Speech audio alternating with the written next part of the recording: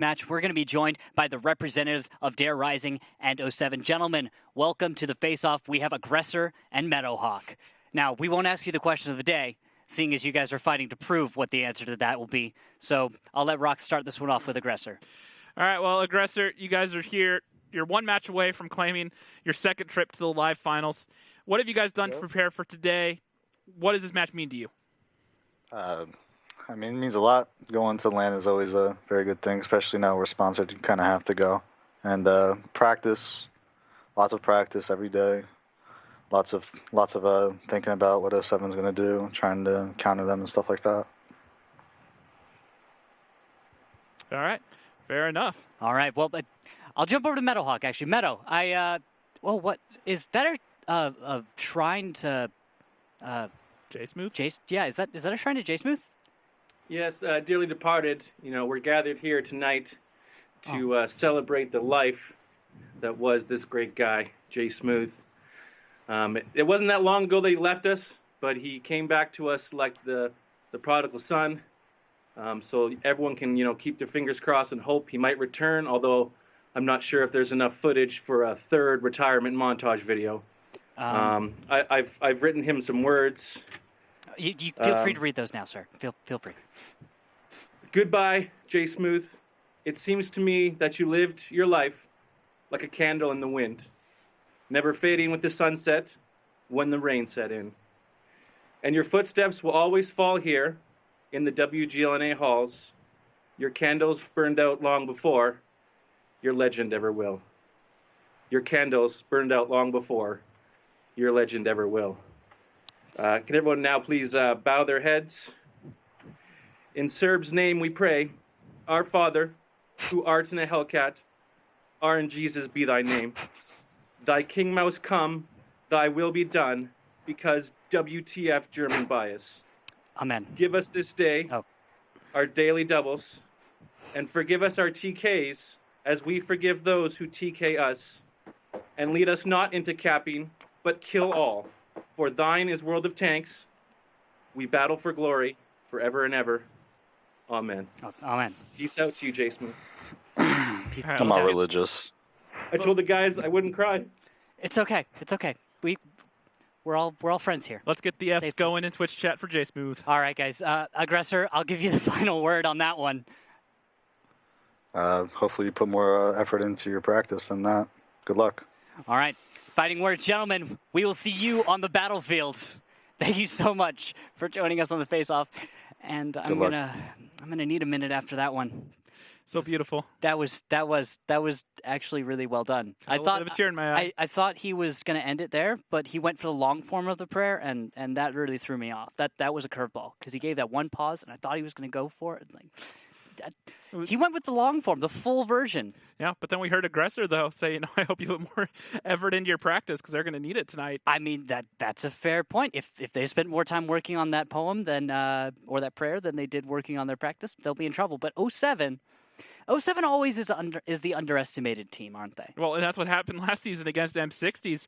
Everyone was just like, all right, M60s is going to do this. They'll take 07, and then all of a sudden we were watching the 5th, 6th place match with M60s versus Rival, and they ended up losing that one as well, falling all the way from 3rd place to 6th place. Yeah, and so 07 is just whatever they show up with. That's the 07. It's not like you'll see them one match day to the other improving and kind of sliding back down or up. It's they show up any given Sunday. They could be as hot as they ever are, or they could just flop. And then Arklet. What is he going to bring? He could bring something that no one has ever seen before today. We don't know. Yeah, the new mouse meta. The possibility is endless. Yeah, because the thing is, it's been maybe 2 weeks? 3 weeks now, I think. Really? 3 weeks even? It hasn't been that long since the new mouse patch came out. And with that, we had all of this history of strategies, tank lineups, choices that players were messing around with, trying to get better and better, competing in that area. The new mouse meta changes things up. Everyone has to take a step back, reevaluate the situation, every map, and how the dynamics are changed by the new tank choices. Right. And then, of course, we've seen some of those changes, and as time goes on, the time goes on, you're gonna probably see Arclight come out with something crazy. Well, and we've been seeing stuff that we've never seen happen before. We've seen mouses show up on Prokhorovka all of a sudden. Yeah. I mean, That's it's completely out there. So JPEs are now like not an odd thing, or E4s. It's instead of being a pick, 2 months ago, where we're like, why are they bringing an E4? Why are they bringing a JPE? Just doesn't really fit. Yeah. All of a sudden, it's like, just bring in another JPE. Or don't get me started. The T95. oh. T95. Well, it's just like, we'll just bring T95, and no one even bats an eye anymore. It's crazy. Yeah, it's like all of these tanks that used to just be invalidated because they weren't flexible or they were too slow, the armor wasn't effective enough. Now it is. Or now it counters something like the Mouse that has enough armor, or the Type 5 that can just deal 500 damage to whatever it touches. Yep, or somehow. you have the Grilled, lose a little bit of its mobility, DPM, so all of a sudden it can't perform as well. So now all of a sudden they have to look at what tank is really the best in that role. Now there's other options. That's where we start seeing the E4 come in. And just a lot of different options. All of a sudden, you never know what they're going to bring, and there may be something that we haven't even seen or thought about that they may break out. Yeah, and, well, we've talked enough about it now, Rox. Let's go ahead and just get straight to it. It's map number 1, battle number 1. Steps, the most open map in the league. The attacking team appears near the rocks at the bottom of the map, and the defending team starts at the top. Bases are located near the railway and on the green. The best way to control them is to use the lowland near the second base. The attacking team usually begins the attack from the rocks and the railway, but sometimes they can attack through the green. Teams often drag vehicles from flank to flank, so both teams usually pick light vehicles with a good camouflage rating, but sometimes use tanks with a strong turret and even SPGs. And here we are sitting talking about the Arclit effect. 07, 2 Mouses, 3 Bat Chats, an Object 261, and a UDIS. Meanwhile, Dare Rising, an IS-7, 4 Bat Chats, an S-Tank, and a Lorraine 155. All right. Object 261. Weird choice, a tier 10 artillery with a relatively low arc. It's a fast firing time. Doesn't have huge splash. It's not a bad choice for steps. Now, it is a Russian laser cannon, is what it is. The one thing about it, the one criticism everyone has is that the arc is just a little too low. On a map like Steps, what do you need arc for? Yeah, that's the thing, though. You could bring it. But then the real question then is, what about the points? Isn't spending 10 points on our arties a little inefficient next to maybe a tier 9 They or 8? brought a tier 10 artillery. They have 2,000 more HP than Dare Rising do from the start because of these 2 Mouses. Does it really matter? And it looks like we might actually have... No, they're here. They're just taking forever, these Mouses. Just sitting in spawn. Yeah, they're just... No, this actually looks like it's part of the tactic. It looks like 07's deciding to leave them back so they don't get spotted and sniped out.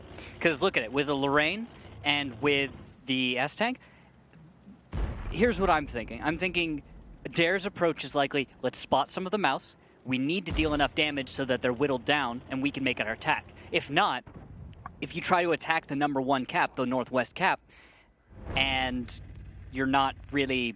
You haven't really made a dent in the Mouse armor, you're going to get defeated.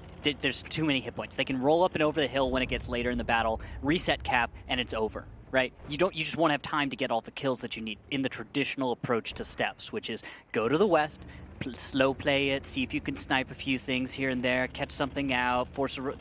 those little things we usually see. They're kind of playing with your opponent, Right. That little dance. And the Mouse disrupts that.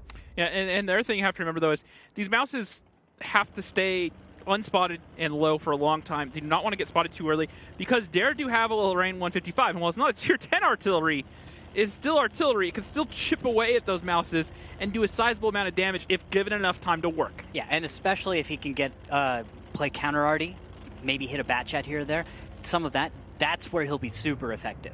But we'll have to wait and see what happens. I'm looking at Arclit right now, zooming in on the northwest, where no tanks from Dare are, as not a whole lot of action as we're getting at 7 minutes and 50 seconds into the first battle. Yep. If I had one criticism of the Object 261, it's that in a tank where they're going to need to use it to get resets, or an artillery where they're going to need to get resets, the HE shells on that thing do not actually have a lot of splash. So he's going to need a really precise location if they're going to rely upon him to get the resets.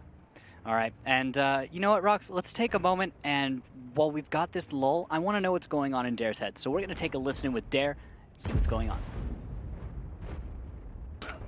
I got lit. Could you just be on top like we do? No, he's somewhere over are you here, sure? though. Are you sure? That's not those bushes. He wouldn't have lit Bird from there, right?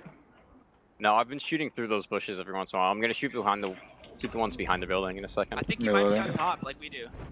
Yeah. On top where? On top where? Like On top No, of I'm, the hill. I'm still lit. I peeked up the top. No, but I didn't get that's not relit. possible. Okay. Clipping. So he's somewhere out in the open over here. It's like Okay. not in a bush, right? Hmm. Can we take the boost now or no? No, not yet. Let's try one more time. Well, we have to do something at some point, so. Yeah. We do. Let's go try to do the boost. Let's go try to do the boost. Why don't we let me clear make a this scout out with run. someone? Let me make a scout run for Alright. the cap. So yeah, let's start prepping for the boost though. I got spotted doing the scout run on the cap, guys. All right, so we're gonna get They're lit shooting during this at boost then. something. So they're yeah, they Yeah, can't. I shooting at can't do you. the boost because they'll spot me. Yeah, they will. Shouldn't we get someone to clear down here first? One bat can. One Alright, bat I'll do can, it. guys. Ready? Everyone be ready. Go for it. Go for it. Yeah, I'm still being permalit in my angle, so he's got Just to be. everyone They get knocked fucking down. ready. They knocked down these trees, guys. All bonfire. This A5. Aggressor's going. Hey. That was me. Yeah, That was aggressor's him, yeah. going right now. I'm not spotted. He's on the right side for sure. Okay. All right, can you maybe peek over and try and spot him? I'm gonna peek over for Okay. sure. Okay, you have all the guns ready for him. Not spotted at all. Watch out, aggressor. Watch out. Could he be in the middle? No, there. That's That's Mouse. not yeah. the guy who's no, lighting. no. He's here. He has to be here. Think he's in Okay, there? on top. All right, got you. Chase, watch. Something the shot bushes me on the firing. boost. It's the boost. Boost shooting in there. I just. I think got I just yeah, hit him. I yeah, think I just he's hit him. over Yeah, here. he's there. He's there. Where? He's there. on In this that bush. side. He's behind this rock. He's behind this rock. Yeah, He's in that bush. Yeah. Yes, for sure. flip. That's where he is. If we backed him off, we might be able to do the boost now. Archie Artie just just fired. fired. Archie. You want to try to do the boost? Get the boost right now. Yeah, Let's yeah, go, yeah, everyone. yeah. Okay, move up, move up. Make sure your bats aren't getting spotted there, because if you get spotted, I'm fucked. We're not. I was just there. Okay. Especially since you just backed him off. You gotta do quick. Come on, aggressor. Move I up. got I'm the spot- last I got one. spotted. I'm the last. Okay. There's, we need to be more behind. We need to be in a better spot. You gotta be at, like, center. Move up. Need one more. Guys, Move forget on, about the minutes. boost. We don't have time. Forget about boost. We don't have time, I actually. think We do, but we do? Already hit him? Okay, yeah, I thought we did. Yeah, I'd say let's give it a shot. Let's do it. Let's do it. Just not as far. I just Don't can't look get up. spotted. Is the problem. Once I get spotted, I'm fucked. A little bit more, Nish. That's it. That's it. That's it. Mouse is coming way over. I got spotted again. Let's Need try for it. bats here. Hurry up. Let's go. Let's go. Well, I'm spotted again. You gotta give me like 10 seconds. How are you getting spotted there? I don't know. I don't know. We're not Because getting there's a spotted. fucking UDES Let's go, somewhere. let's go, let's go, let's go, let's go, let's go. I already shot. Just come, aggressor. Come on. Time to go. Oh, 3, go 2, 1, go. Jesus Go, Christ, go, go, stop. go, go, go. What the fuck? Stop. What are you doing? Jesus Back Christ. off. Reset, Back reset, up, reset, reset, reset. 3, Give us a 2, countdown. 1, go. Go. Go. Go, go. That's fine, it's fine. I can be ahead like this. Yeah, we'll catch it. We'll catch it.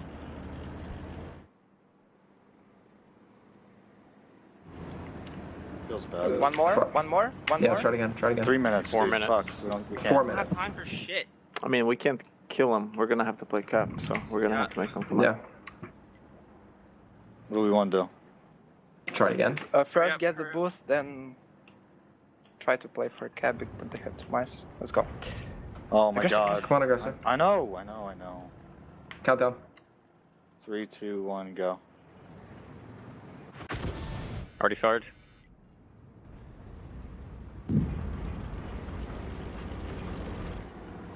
Got it. Okay.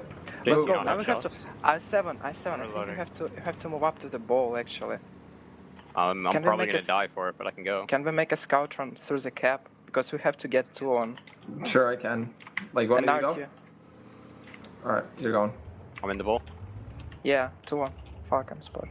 I need you to Udis pressure is him. still. Udis is still there. Or it was. Or it was Mouse. It's the UDES. He's somewhere up there. Clipping. I'm gonna try and farm these mouses then. Could the UDES be on the red line on the rails and not get spotted? No, I shot it. he was in this No, bush, I'm not dude. spotted either, so. He's on that side. He would have got lit leaving, so he's there. I'm gonna try blind fire. I'm gonna try and blind fire that bush again. Look. I'm gonna shot from the boost. I'm an idiot. Fuck. I don't know. 2 minutes. Back 2 in the minutes. open. We need to spot. We need to suicide somebody for UDES. I'm going. And look at this. Aggressor is trying, but he is barely missing out on spotting Fosta. He's just moved just right, just perfectly to avoid peeking up to spot the UDES that has been plaguing Dare this whole battle. Think about it this way. This is a single Tier 8 tank that has single-handedly handed this win to 07. They spotted Fosta. They finally got it. He's lit. He's spotted. They could see him after... And he's going to get away alive despite being in the open. You've got to be kidding me. The 07... Fosta, you legend.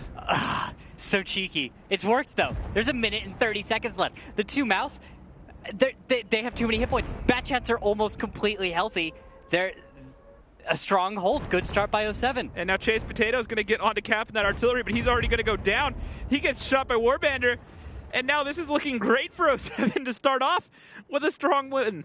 Yeah, but it's baffling, isn't it, Rox? Absolutely baffling. Because we haven't seen this spot used in NA yet. And, well... I haven't seen this spot used anywhere, to be honest. I've seen stuff like that used before, because what you could tell, and we'll explore it after the battle a little bit, but the way he arranged himself was perfect, and it shows the expertise of Fosta. His knowledge of the spotting mechanic and how to utilize it perfectly in World of Tanks. Now, this battle we're still in. 4 tanks alive for Dare, and guess what? They took too long to get what they needed to get done. They got hung up, yes, by that UDES, so a lot of credit to 07, because you could see it from Dare. There was blind fire everywhere, all over the map, just trying to take that tank down. And now Nationwide is the last tank alive. They legitimately had no idea where Fosta was until about the 2-minute mark. Yeah, and I'm really glad we took a listen in with them, because that's kind of what it's like when you just can't figure something out. That was the sound of a team that was stumped. And that's a scenario where you sit there and you go, is this on Dare for not knowing the spot? Or is this on 07? And congratulations to them for a strong play in battle number 1. Yep. Which is it more? Well, I definitely have to think part of that's 07 just doing something that's never been done before. I said, the combination of Arclit and 07, yeah. They're willing to do things outside the box. They've shown that all season, or at least since Arclit's joined. They're really willing to experiment with things. And this is something just completely out there, sitting in the wide open. He's not even in a bush. It defies all logic of where you should be checking, because everyone... Typical logic, yes. And here we have it. Thank you so much for this one. Because the position he's in, I just want to take a look. Where he's looking is the tanks here, these bat chats that are getting ready to do the boost. He's not covered to them. But the UDES has such a high camo value that you stick a camo net on that, and you put binoculars on it, you've got max view range, and then on top of it, you've got camo that is so insanely high that a tank at about 400 meters won't see you in the open. You just have to hold still. Now, eventually he got spotted. But look at the time on the clock. Exactly. He did his job and then some. And all he had to do was stay strong and not get afraid. Because honestly, one of the things that a lot of younger and newer players will do is they'll flinch. You'll see a tank closing the distance and you'll decide, I need to move.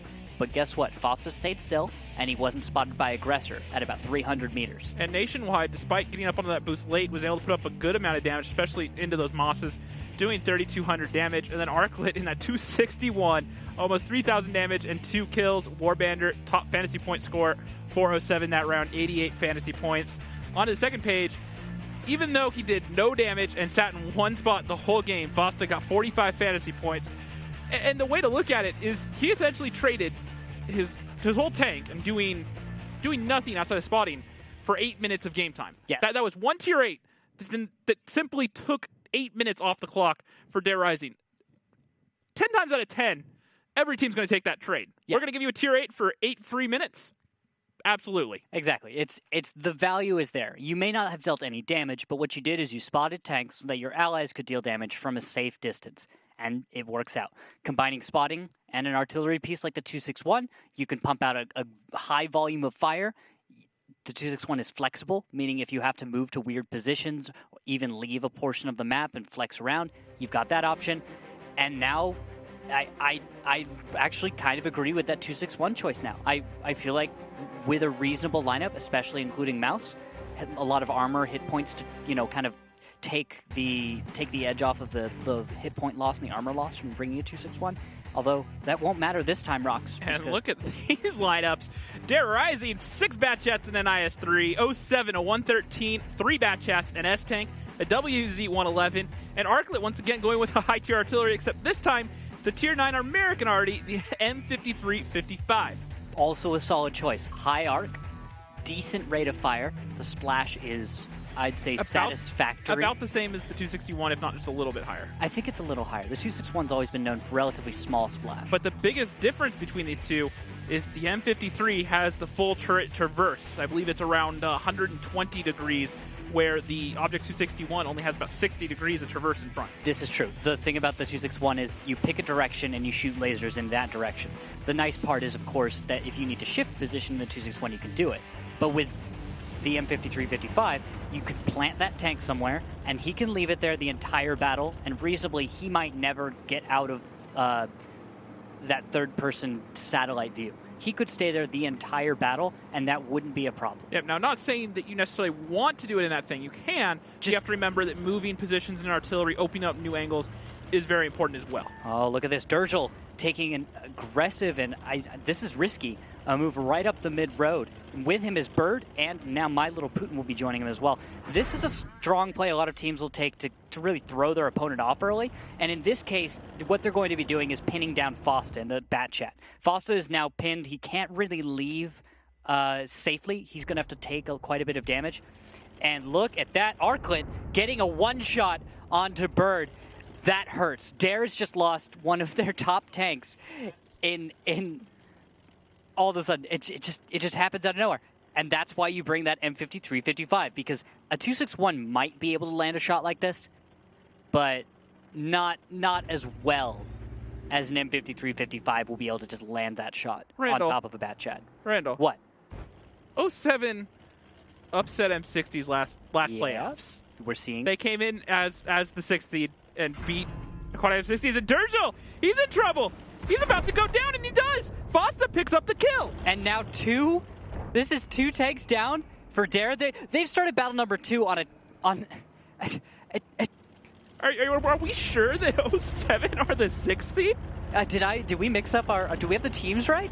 Because what is going on? Our third place team is starting this series off, and 07 looks more like the third place team in our league right now than Dare does. Now, I'll give some credit. Dare looked genuinely confused in that first battle. We heard the comms. It was rough. I think they could be recovering. I think the word tilt comes to mind. Tilt is certainly a scenario to entertain here. Is Dare going on tilt? Are they mentally in the right place? Where are they? I don't know what exactly it could be that's getting to them, but we'll have to see. It's a little too soon maybe to draw any solid conclusions yet. It was a rough battle 1. Battle 2, they're recovering. Some damage from Aggressor in the Bat Chat. Fosta taking a shot as well. Aggressor playing this train track perfectly. Fosta now down to a 1-shot, 370, and he only has one crew member left in his Bat Chat. Really? Wait. Oh, He's yeah. He down his commander, or his driver, and his gunner. His commander's just like, guys, can I get a little help here?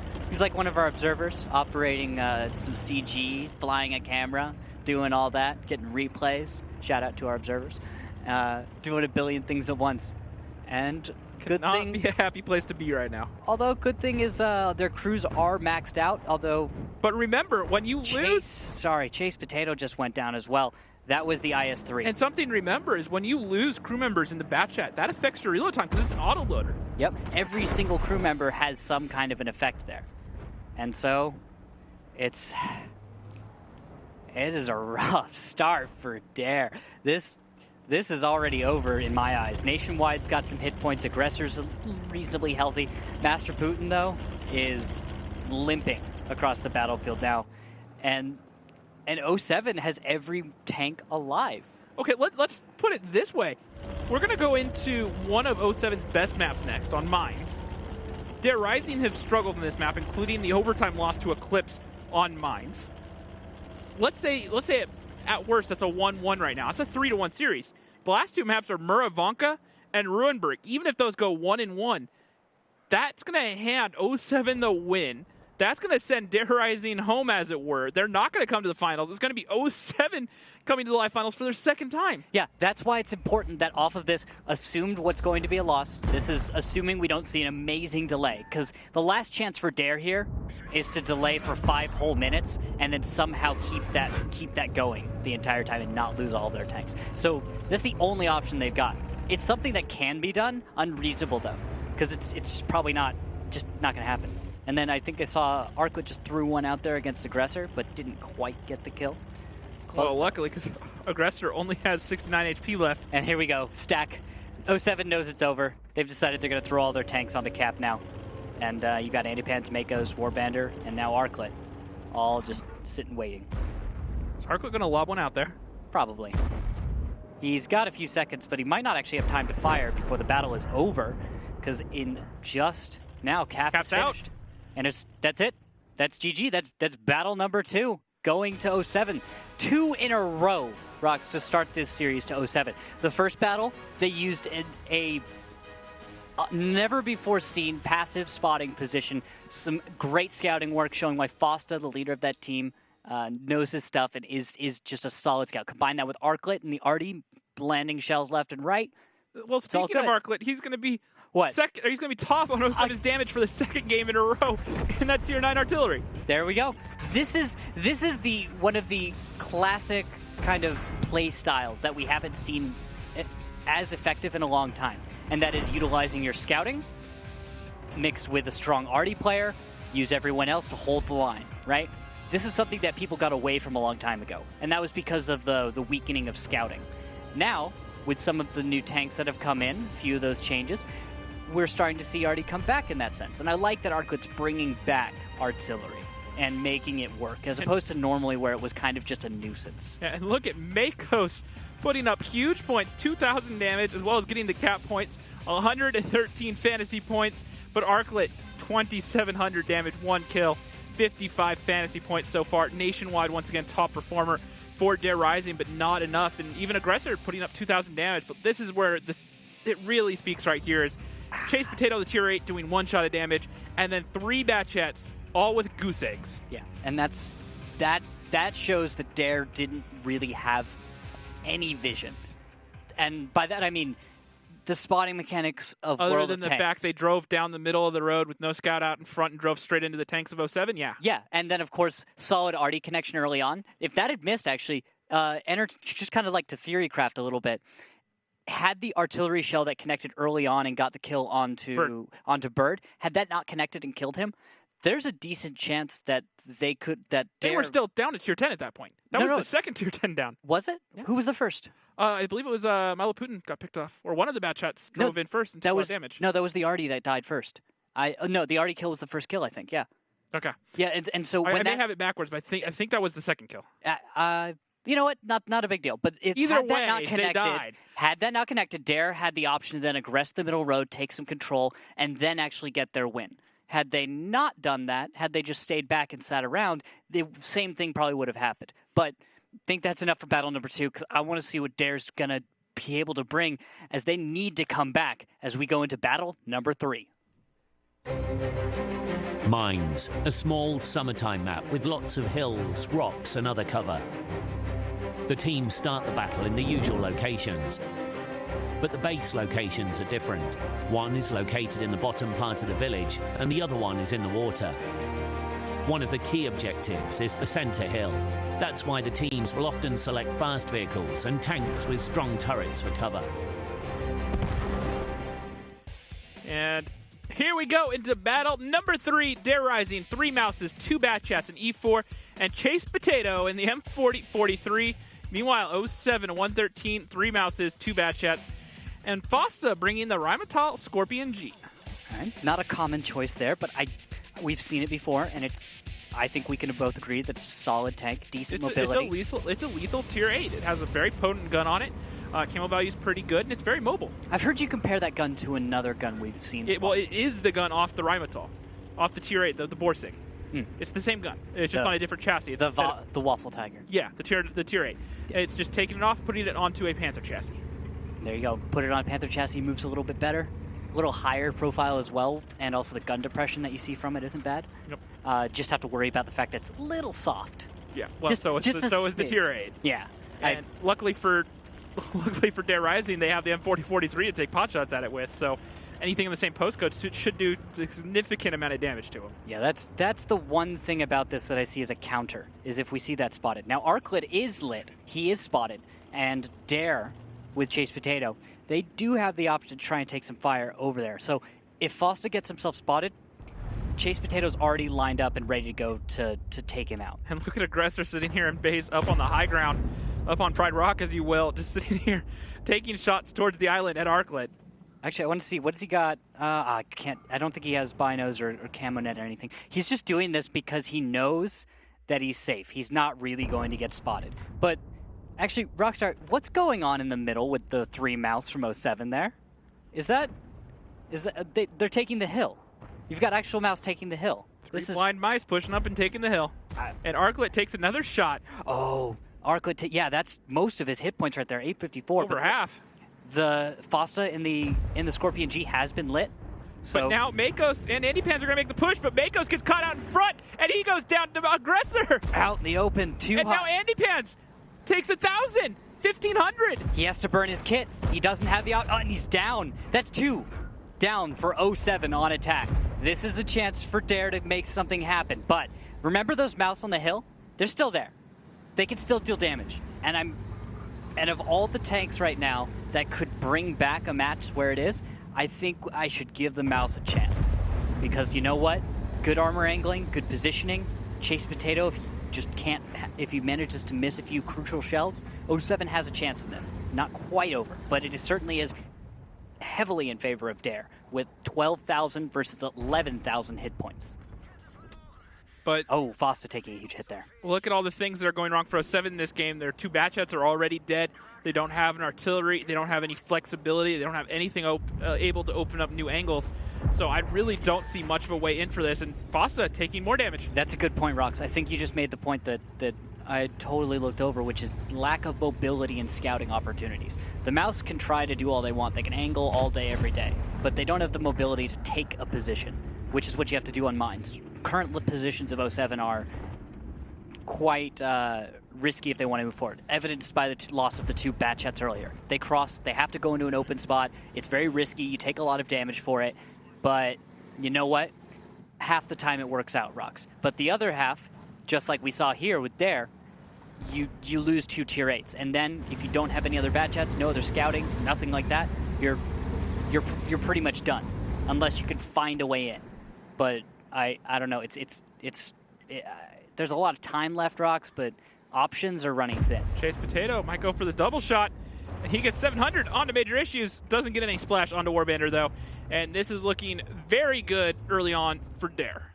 Yes, it is. 07 still has time, though. I think I want to mention that one. We've got a few minutes to see if 07 can figure something out. And you know what, Rox? Should we take a listen in with 07? Try and see maybe if they have something going on, or what?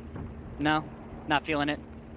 Well, I mean, at this point, what are they going to do? They got 3 mouses, Scorpion G. I'm wondering if they're probably going to talk about next strategy. Because, like, sometimes you hear teams, instead of spend time on a battle they know is lost, they start taking advantage of the time they've got to talk about the next battle, maybe. Fair enough. Yeah, so let's go ahead and take a listen in with 07. See what's going on their side of the comms. Or we can talk about our other. We can talk about the defense too.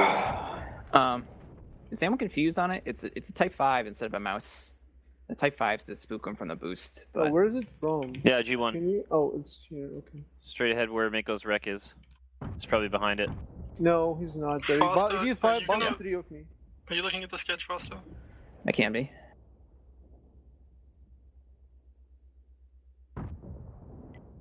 Oof. What about this guy? Can we flex all the way around and just try maybe fuck this guy up from the other side? Why don't we all try and get on one cap? Major, careful, this. Want to go on 1 cap with Artie and the boost tank? I don't know. I think Major wigged out or something. Put mouse over here, Scorpion behind it. Major? What? Can you not hear me? You wigged out or something. Oh. Oh, my little You were driving backwards in circle.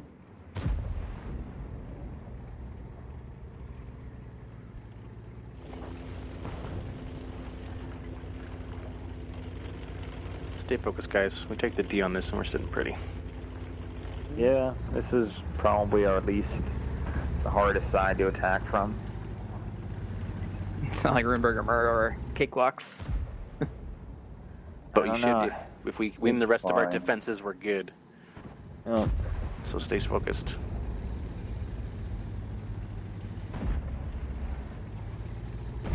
The boost back. And 07 kind of echoing the same thoughts that we had here earlier about, just making sure that they grind this out. If the rest of the maps are 1-on-1 maps, they win their defenses, they feel they'll be looking good as well. Yeah.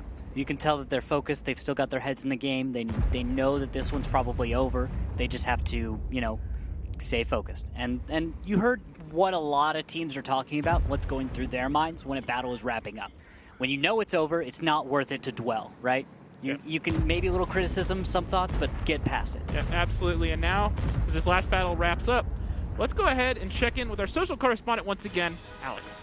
Hey guys, so I hope none of you are headed out to Vegas or anything like that soon, because absolutely none of you guessed that 07 would be winning this, and they're actually still 2-1. The closest we got was B10, who said that the magic 8-ball answer, when asked who he thought was going to win, would be reply hazy, try again. And that's the closest we got. We also got at Drad's family, who wanted to know how often do the teams practice? And we reached out to our own Elevate captain, Comps, and he said about 24 to 28 hours a week. So it's a pretty hefty amount of dedication.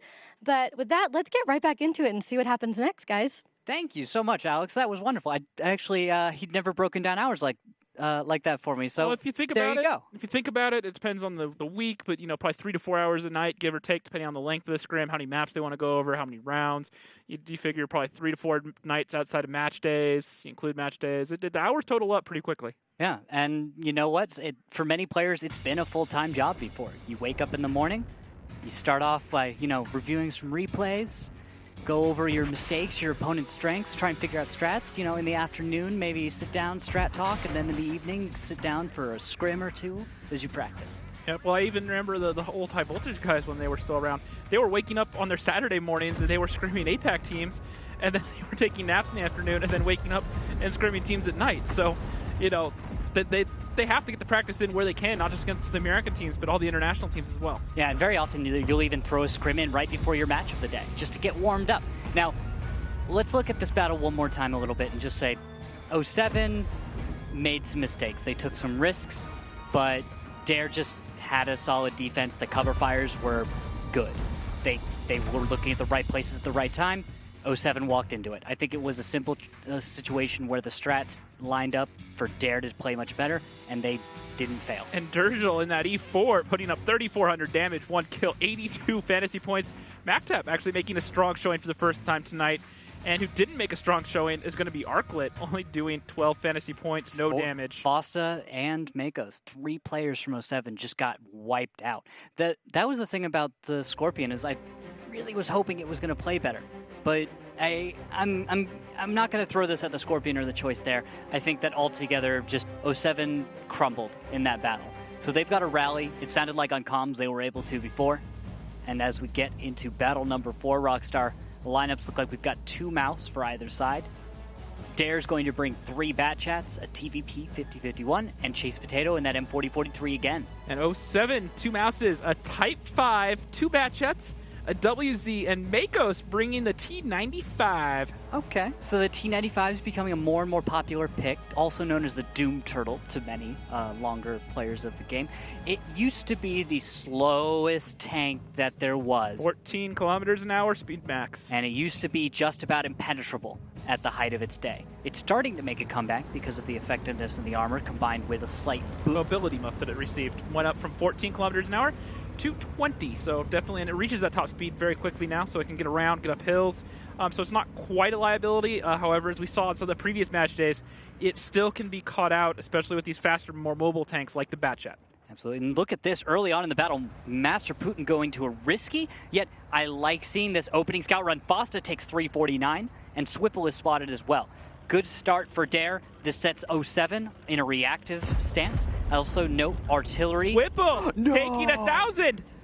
That's huge. Dare's got a good start going for him. Okay, this is good. This is the Dare that we needed to see. They're good. It was a rough start, Rox. It was rough. Yep. But I'm starting to feel like maybe they're going to come back on this one. Because a start like that, you send an opening scout into, honestly, a spot that no one else uses to opening run. Well, most of the time it's much riskier. Even if Dare tie this up, this is still in a very gray area because, like we said, the next two maps are 1-1 maps. So it's going to be tough for Dare to find an extra win in there, and that's going to send it to overtime, which today is Prokhorovka, a map that 07 have actually played a lot, and Dare Rising have had some pretty atrocious games on. Yeah, we'll have to see how those come when they do. Right now, we're still in this one where we've got two Mouse on the low ground, right, covering, and it looks like Dare's going to aggress on the 2 cap, the southwest one, the water side. They've got the TPP on the high ground, Master Putin in a bat chat, and we're going to be seeing what the Artie can do as far as getting work done. Because if we get enough damage out from Chase Potato and that M4043 rocks, I'm thinking that's where the hole opens. We start to see that push. If not, what are the options for 07 as a defender? What are the options for Dare to switch up? Well, with all of this, all these tanks focused now on the 1-2 line. They know that bat chats are committed on the 1-2 line. It would not be out of the realm of possibility to see some sort of shift over towards maybe the 8-9 line, use the 0 line boost, open up the backside of the map, or even just commit all the way down the 1 line like we saw 07 do. I really don't like seeing that 1 line push, though, because we saw the exact reason why last game. Dare read it perfectly. Their guns were in position. And that was 2 tier 10s down within a matter of 10 seconds for 07. That's not something you want to see happen. Yeah, you want to get your opponent thinking that you're going to attack from the north or from the east, right? You don't want them watching and covering the water side, because you can actually make the cross from the north to the southwest on that 1-2 line. You have to do what we call break turrets. You have to get them to look in a different direction and give them some form of misdirection, just like in football where you may have some sort of misdirection or handoff or screen pass. It's the same thing here. You have to give them one thing to look at, get their eyes turned, get them running the different direction, and then take it where you want it then. Exactly. Force the fight where you want. Manipulate your opponent into making the right choice. And you'll notice this, even pubs anywhere, it's just people tend to react the same way to a lot of very subtle actions, right? A little flank here, you just poke your tracks out somewhere. It tells your opponent what you're thinking and what you're posturing up to do. Because so much of the game is posturing as well. It's about where you position, about how long you stay in cover, about how much you let yourself get spotted, how often you stay in the open, or how much you trade. All these tiny details send an intricate message to your opponent. These guys know how to read that.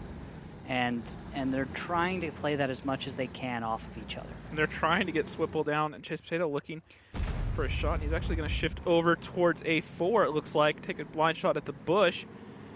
But he doesn't know Makos is actually a little farther back, and he's actually going to be safe and sound. And this is a lot of the same concept that we saw in battle number 1. Remember where Foster was hidden a little bit behind some bushes so that he could spot around them? In many cases. You don't need to be in the bush to get the camo value from it. Exactly.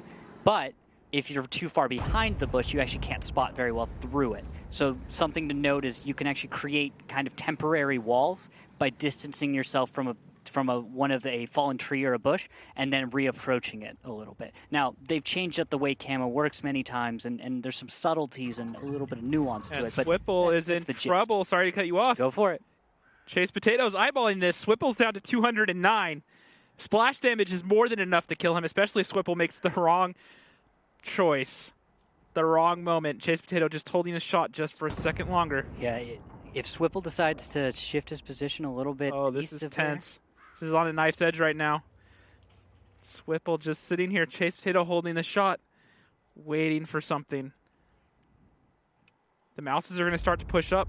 They're going to be the bait. They're going to hope that Swipple tries to back up and takes the shot. Yeah, and that's it. The mouse aggression has started. So Bird and Aggressor are moving up. He moves to the left side. Nice cover fire coming out from the TVP. Durgel is going to force Warbander's attention away from the mouse while they begin to close the distance. And now the T-95 is spotted. He gets tracked. Chase Potato's lighting up the shot. He fires. See, this is the example. 600 damage onto that T-95. Nicely played. This is what we were talking about earlier when we were talking about force a distraction, right? Your opponent's looking at the mouse. They know they're pushing up. They don't realize here come the bat chats as well. Fosta is down. So one of those bat chats completely out. Only a moment until I expect Swipple will go down as well. Finally. Spotted. He finally has to fire. But he ends up getting picked up by MacTap. So, yeah, there we go. This is another solid play by Dare. But look at the hit points, actually. Very low. 7,000 for Dare. 07 still sits with more. And so, even if this starts to look like it's 07 side of kills, hit points still go the other way. And they have all the armor as well, and the position. They don't have to move. And so far, Dare, the only thing they've done to open up the map is push down the one line. They've left nothing up in the north, and these heavy tanks can keep their armor towards all of them. The only thing that Dare have going for them besides that position right now is this artillery at Chase Potato, who has been doing work all game. 600 there, 600 here. It doesn't matter that it's only 600 or 700 at a time. It totals up. Exactly. And now major issues. Look at this Type 5 on the high ground, Rocks. 07, this says to me 07 should be able to hold onto defense, right? This says that 07 should be able to hold, to me. Because the armor, the hit points, the position of this Type 5, that I really feel like this tank is going to be able to make things happen, right? It's going to be able to get the reset. And there it goes. Chase Potato goes down. That's artillery out. Because Andy Pans, while we were distracted looking at the mid, Andy Pans is in the backfield. And even more so, this just kind of tells me those 7 should be able to walk away with the win. Because they're going to be able to delay the cap. And even if the cap is not even a factor, if it's all about kills after that, the spread from 07, I think, means that they could hide a tank and stow it somewhere else in the map and get work done. Now, we've just seen the mouse go down next to the cap. Dare has got control of that area of the map now.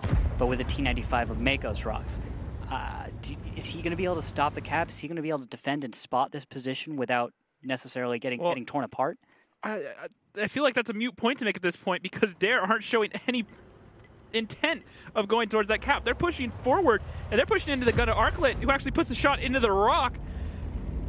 T95 might be able to get some shots off here. Not quite. Bounces off the lower plate. Yep, that'll happen from time to time. It's a hard shot to make through bushes. But now the bat shots are pushing in, and if they can get alongside Makos, they can do a lot. Type 5 of major issues because they T-shot onto Aggressor. Damage going back and forth here. 07 still holding on. Milo Putin takes another shot at damage, and now Arclet's pushing in to help him out. He's going to take a shot from Nationwide. But he can't Arclet picks up back tap. And this is going back and forth. Yeah, he can't take another one. Arclet wants to stay alive right now. That mouse is just... he is down. That's good play by my little Putin. But is Mako's going to be able to hold on? Is major issues in that Type 5? Is he going to be able to hold on for a minute and 30 seconds? This is going to be a close one. It depends so much on individual play. Numbers, though, with Dare. This could be very much like watching hyenas try and take down a wildebeest. Some kind of... And major issues picks up Nationwide. That's going to be a huge help for Makos. Durzo picks up major issues, and now it's just down to Makos.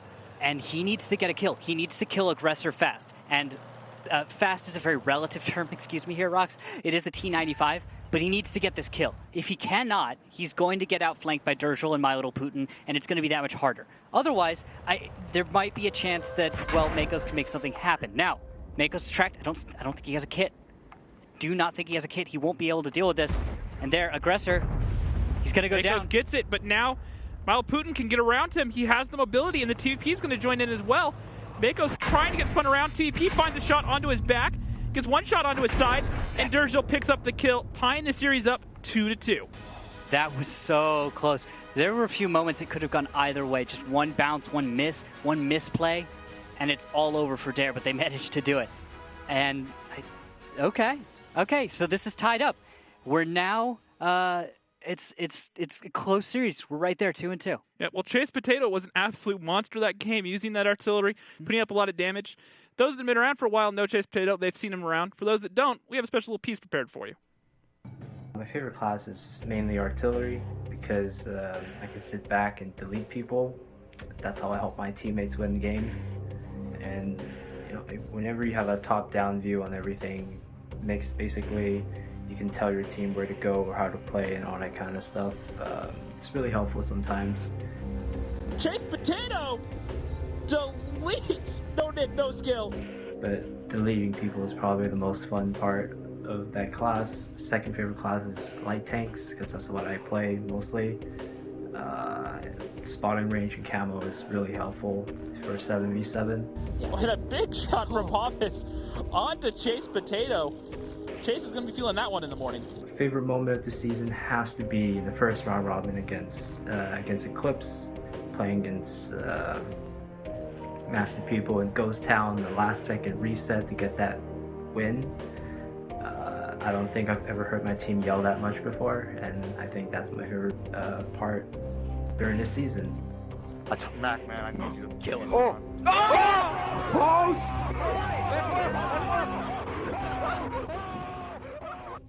And oh, what a play that was at the end. That was probably one of the brightest moments the entire season. Yep, and another thing that's really hot right now is if you picked him up on your fantasy team, almost another 120 fantasy points so far tonight. Doing so much work. Warbandor also doing great. And Aggressor, one of the top damage dealers in the league, doing it once again, 3,600 damage on the second page. MacTap had a pretty strong game, only doing 1,700 damage, 2 kills, 60 fantasy points. Andy Pan's major issues, struggling to get any major connections there. Yeah, I'm a little disappointed. The Type 5 is a tank that I've been playing a lot lately just because I've been trying to get used to the new meta and trying to kind of acclimate myself to a lot of heavy tank play. And the Type 5 is one of those tanks that if you just keep throwing shells out there, you can do damage. But if you can't just get into the action enough, you're going to be left behind. Yep, well, let's get into the action because we're ready for our next map. Muravanka, a map with a great number of buildings, bushes and trees, amongst which teams hide for most of the battle. The attacking team begins the battle from the top of the village, and the defenders start from the bottom of the map. Both bases are better controlled from the hill near the first base, and from the green in the lower left corner of the map. There are many attack directions. The attacking team often attempts to gain the attention of defenders by putting pressure on the first base, whilst manoeuvring several tanks behind the second base to deliver fire into the defending's flank. Team setups are very diverse, but the players often choose the fastest tanks, even for heavy setups. They could even bring SPGs. And here our lineups go. Dare Rising, a 215B, a Mouse, 2 T57 Heavies, a Batchat, and 2 Tier 9 Bats. Meanwhile, 07, a Mouse, 2 113s, 3 Batchats, and an RU 251. All right, and for opening moves, Chase Potato, who we just saw featured in a piece a moment ago, talking about one of his favorite classes being light tanks. Well, guess what? Here he is, scouting things out. He's spotted major issues, and he's just going to move. Perfect timing to get spotted by Fosta. Dip back into behind the chapel. This is probably the only religious building here on the map. Usually they leave 1 or 2 of these out there so that you have a landmark to work with. He'll stay safe there while the flank from 07 comes in, and the cap will begin as 2 T57s, Nationwide and Burden Fungus get onto the cap. Oh, this is so potent, especially with the way the teams try to address this cap and the way they attack it, having 2 T57s here ready to roll forward and pump out damage. This could be an absolutely lethal combination. Yeah, instead of taking some heavily armored tanks and placing them way out of the fight on cap, let's screen it. Send the Mouse, two Batchats, and focus fire. Andy Pans is the first one to go down. Yes, that may be an exchange for My Little Putin, but guess what? Aggressor delays that long enough to make it pay off. And now MacTap goes down as well. Dare Rising 2,000 HP up. Swipple trying to get away. Aggressor looking for some shots. Makos only has a single shot left. 2-1 on the cap. It's almost done. I think that might be it. Yes, shots go out. That's cap. That's done. cap. That's it. A fast cap by Dare. All right. That's going to put them in the lead. That's going to mean Dare's back in the series, guys. It is now 3-2 in favor of Dare. And that's exactly how you do it. I love this. Okay, we've talked about it so many times. That was defense on Muravanka. Yeah. But guess what? There are fast caps. They often don't work. Why? Because guess what? You're not ready for the usual response. This is a counterplay. This is a strat where you knew exactly what 07 was going to do. You tried to telegraph your strat, your decisions, what you're going to do, bait them into going for it, and then guess what? They find themselves up against armor that is a little bit too heavy. The Mouse is a great counter when you're going against Batchats, and then solid team play. Aggressor even getting in the way and blocking Swipple from getting those kill shots, delaying time. And another thing to look at, if you looked at the minimap when that started, the 2 T57s were on cap. The second those Batchats got spotted coming out of the forest for 07, you could see Durgil immediately move for Dare onto that cap to be the third tank. They knew that they had that advantage. They knew that they could get that cap, and they went for it. And look, not a lot of damage this game. Even Aggressor, one of the top damage dealers, only doing 47 fantasy points. Andy Pans and Swipple, top performers for 07. Mactap, Chase Potato, and Malputin picking it up for Dare, but the damage isn't really the important thing. It's the cap. Yes, exactly. And that's Burden Fungus, Nationwide, and Durgel. 3 bottom tanks of damage. They actually end up with the most fantasy points. That's the one column to pay attention to in this post-battle stats in a cap fast. Look for the guys who got on cap. They're going to get your fantasy points. They're the ones that are really going to walk away with any kind of reward there for those of you who are playing fantasy out there. Yep, and now it's going to be 07 to have to do something that not many teams have been able to do all season, and that's get a win on one of these 2 maps on offense. Yep. Yeah. This map, actually, is it currently the most one-sided map still? Yes, I believe 64% defensive-sided win rate. Yeah, for a little while I wasn't sure if that was going to change, but yes, this is the defensive side. Ruinberg in the past was the more defensive side of that. That's still sitting at a 62%. Exactly. So Murrow is even more one-sided. It's the map you choose when you want to go 1-1. And when you win in a cap fast like that, okay, all right. We were predicting at first that Dare would sweep this. They either have to win right now on offense on Murrow, which is possible because we just saw Dare do it. It's hard, but they just did it. And then we go on to Ruinberg, which that's something that 07 haven't been able to do much of all season. If we look at the stats, their Ruinberg offensive win rate is a whopping 25% over 8 games. And here on Murrow even, these guys haven't been having the greatest performance either. And their Murrow is 28% over 7 games. So 2 maps where they've really struggled on offense. It's about 1 apiece. And the lineup they're going to bring to try to do it, 3 Mouses, 3 Batchats, and a Lorraine 155. Once again, Arclet playing that artillery. And Dare. On the other side, Dare, IS-4 Mouse, 4 Batchats, and a 1390 from Chase Potato again. So, Rox, as you look at this, hit points and armor definitely for 07 on attack here.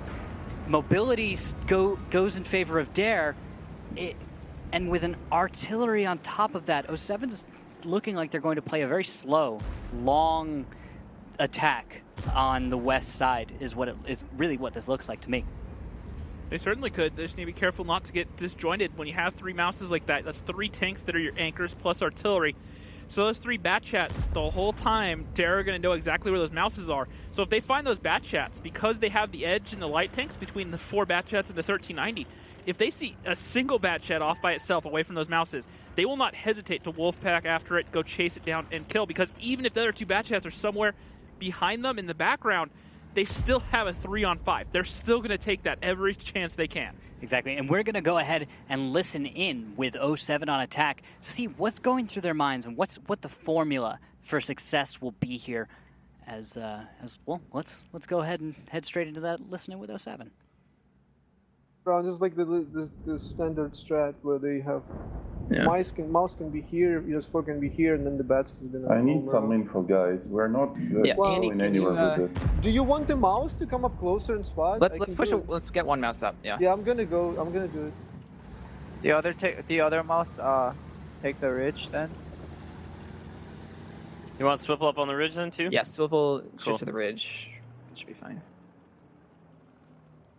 Can this bat, meanwhile, try to light something without getting red? I think we should get out of here. No. I don't know. What do you think? Should Mako's not get out? This is fine. I don't think they can really push us. No, they'll just let well, the thing is, they're gonna just go through here. These bats, if they're gonna try to reset. You need to either group here and dump the IS-4. Okay, the other thing we can do is we can just push on their heavies here. If there's something like under here... we have 3 mice to their 2 heavies. Yeah. We should be fine taking the fight. We just need to... Nice shot. Basically, we just rotate. We rotate hills. Like, we'll give them our hill and we take theirs. Yeah. Even if it's just do you want me on cap, or I'm on like just... even if we go from like this corner right into here, and then into the IS-4, just so we don't get lit coming across the field here. Okay, how do we... Should we... I think we should mount for this sort of like this push play. All mice move up? What do we think? Yeah. All of mice are going. Them? Yeah, all mice move up. Makos, let's shift. Because like you were... Okay, there's the IS-4. He's moving into the houses. That's good. We can kill him pretty easily with the bats pushing. We all got lit. Just like use his house for cover. Yeah, all mice lit. By the way, Batchat's here. I took it 1 shot worth of damage from the Batchat. I might take 1 more. No, I didn't. Oh, IS-4 can probably shoot me. Are we gonna go from above Batchat here? is here in the okay, in the bush. so the bats are gonna push the IS-4, and the mice are gonna push into here. But it's important that the mice go first, basically. Okay. Are the You want mice us to go ready now? now? Are the mice ready? No, not yet, not yet. Not yet. Let Arcology load, alright? Yeah. I don't wanna. Can Major go first? Because I don't wanna. Yeah. I just Stay dark. They And had we're a going bad right shit past? here. Like they had a bad here. No. We stop in the buildings and we just kill him. The buildings give us cover. We need to get so some speed, Andy. it's pretty good. Major, just go. Arcology, Yeah. are you loaded? Yeah, I'm ready. You need some ready. speed, so. Going. Mouse are just going to keep going Ready? through F2. Yeah, Yes. just sort of shoot the IS-4 as you go by, but you're looking Yeah, for let's- anything underneath, and you're just Ready trying to to go? take this Burden hill. fart. Let's go. Let's go. There's a mouse. Another mouse. Wait for Foster. Wait for Foster. We're just gonna Alright, we're good. We're good. You can't. There's a mouse coming. Bats are, Ready to go. bats are E7. IS-4 fired at me. Alright, we'll kill the IS-4 and then just stay 3 on Bats Capital. are in the city. Bats are in the city. We can yeah. Don't get lit by the mouse. Don't get lit by the mouse. Think we gotta keep pushing forward? Yeah, we gotta keep pushing. We gotta keep pushing. We're committed to there's one pushing. guy. Shield the Why heavy. is it Shield the high? heavy. Major. What? I'm not even touching you, dude. That's Sorry, it's Swipple. Never That mind, was it's me. Swipple. So we're looking for nationwide now. I'm gonna turn back. I'm gonna Nice. turn back control middle. Back Nice, behind nice. us. Watch back the behind mouse. us. Watch Bat the on our mouse. backside. On our backside. Our bats Oh, keep fuck. going forwards. Go forwards. Go forwards. Go forwards. Bats Hide escape, from please. the bats. Hide from the bats. Guys, hide from the bat, chat.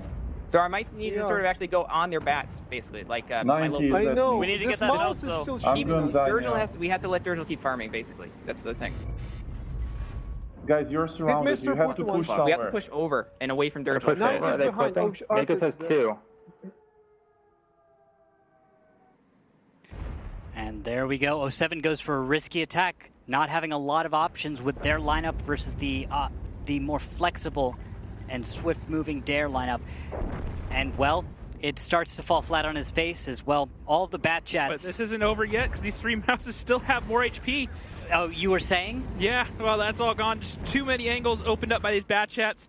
It's all about the pressure these mouses can keep on, and these bat chats are doing a great job at kiting them around, driving in different directions, making it impossible for them to get a solid pick. Exactly. It's just this is how you use mobility against heavier armor and higher DPM.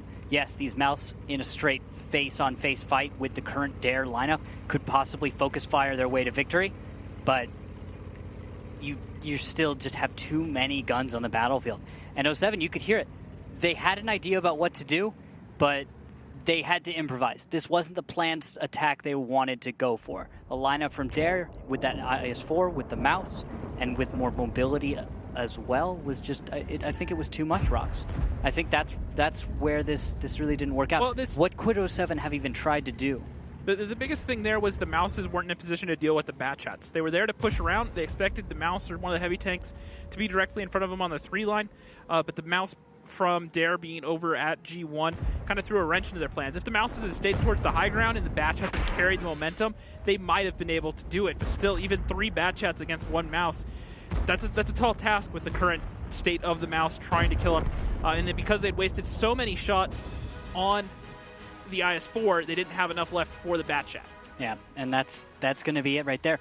Dare is coming back into the series as it is now 4-2. Dare is up. We early on just kind of stepped back. Early in this, we thought 07, oh wow, you just took 2 wins on steps, right? Yep. Throwing things out the window. And we wanted to see if Dare would go on tilt and start losing, right? It looks like they rallied. It looks like Dare has really kept themselves under control. Yep, and Aggressor has been a big part of that. Well, he started off a bit slow. He started picking things up. He's put up a good amount of damage, including his last game doing 2,700 damage. For those that don't know Aggressor, we put together another little interview piece with him, so check it out. I love this game because the mouse is broken. I love this game because RNG does not help you at all. Well, Aggressor also knows that he doesn't have support right now, so he's going to push in. He is going to find the shot on the Merles. I love this game because you can get one-shotted and still have fun.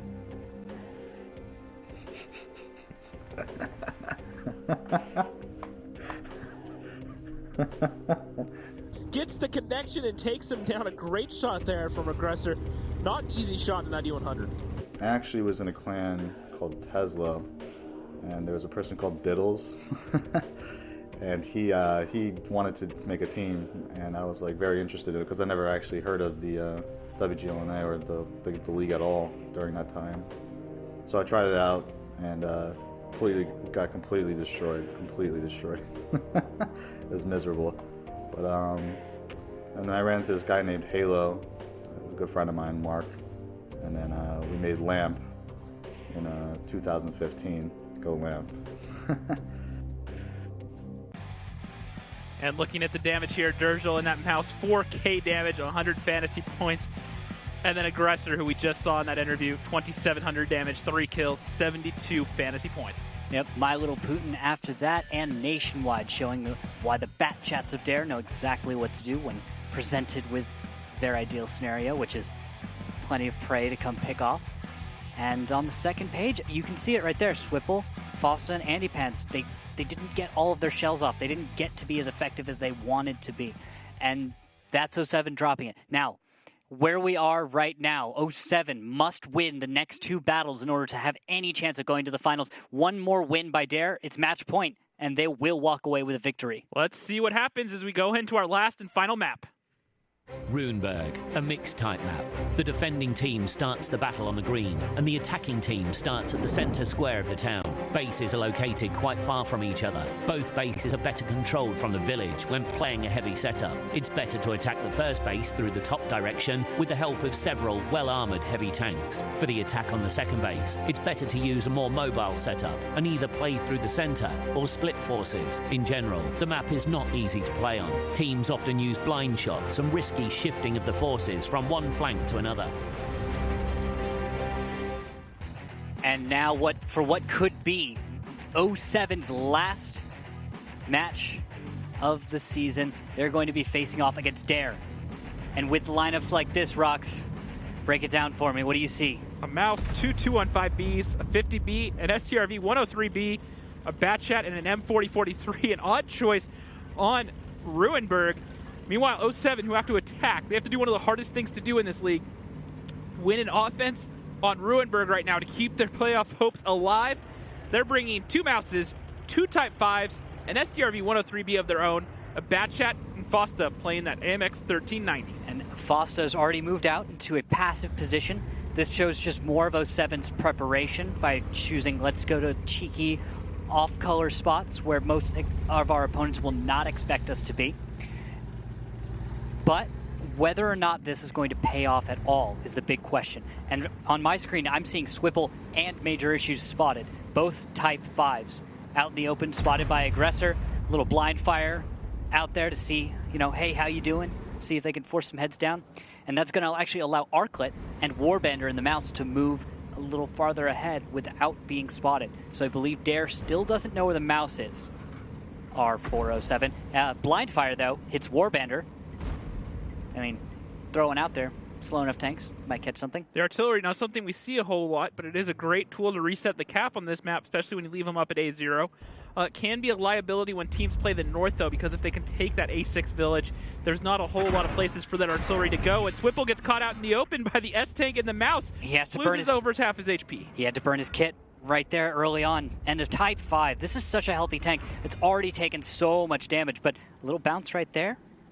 Wasting a shell of My Little Putin, not bad. That's a little opening. The winner of this match gets to come here to Burbank to our live finals. So much on the line right now. They need this win, and they are bleeding HP left and right. Swipple down to almost a one-shot. Arclet's lost over 1,000 already.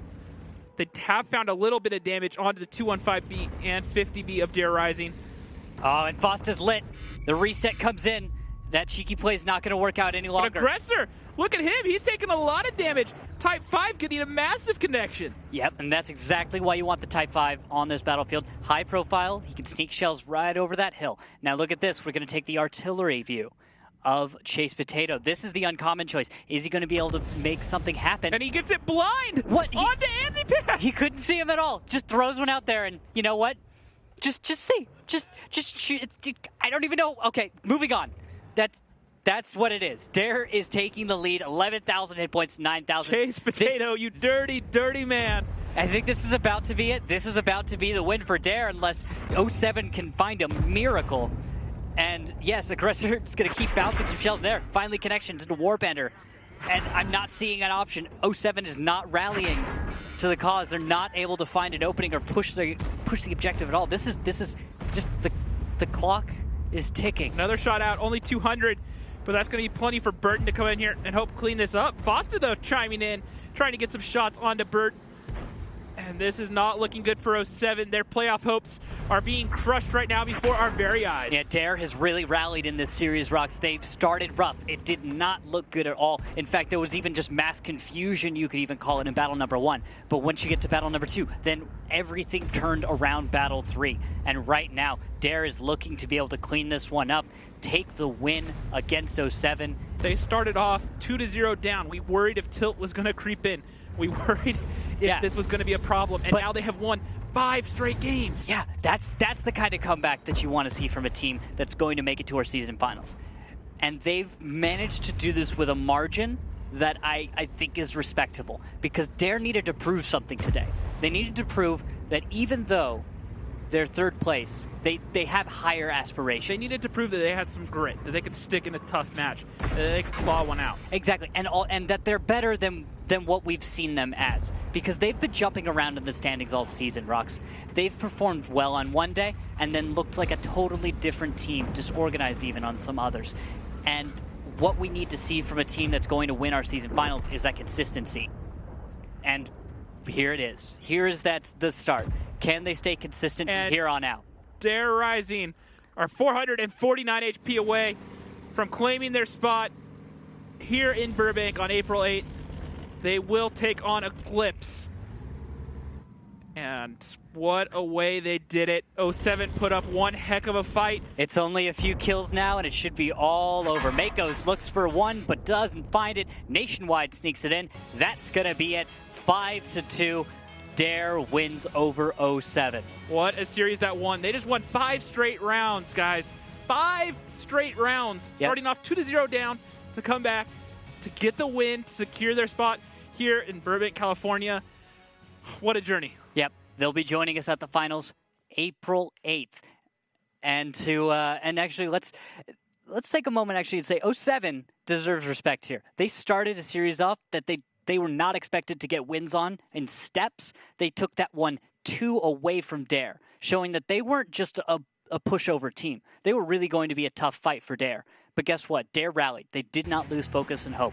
And you could see it right at the end. And oh my lord, Burden Fungus. You see him in here doing some damage through these clips. You see the blind shot here coming out from Chase, getting the kill onto Andy Pants. But look at Bird here, taking on major issues. He did almost 6,000 damage this game, as well as 2 kills. Hey, do not underestimate. The mouse buff has given it some insane DPM in the right hands. That's what happened. And Bird is a great heavy take player in his own right, let alone in the mouse, and just did work this game.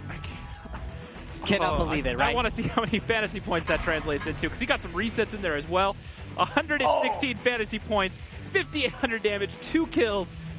What a game. 94% accuracy on top of that, by the way. It's like missing 1 or 2 shots. He missed 1 shell, bounced 2.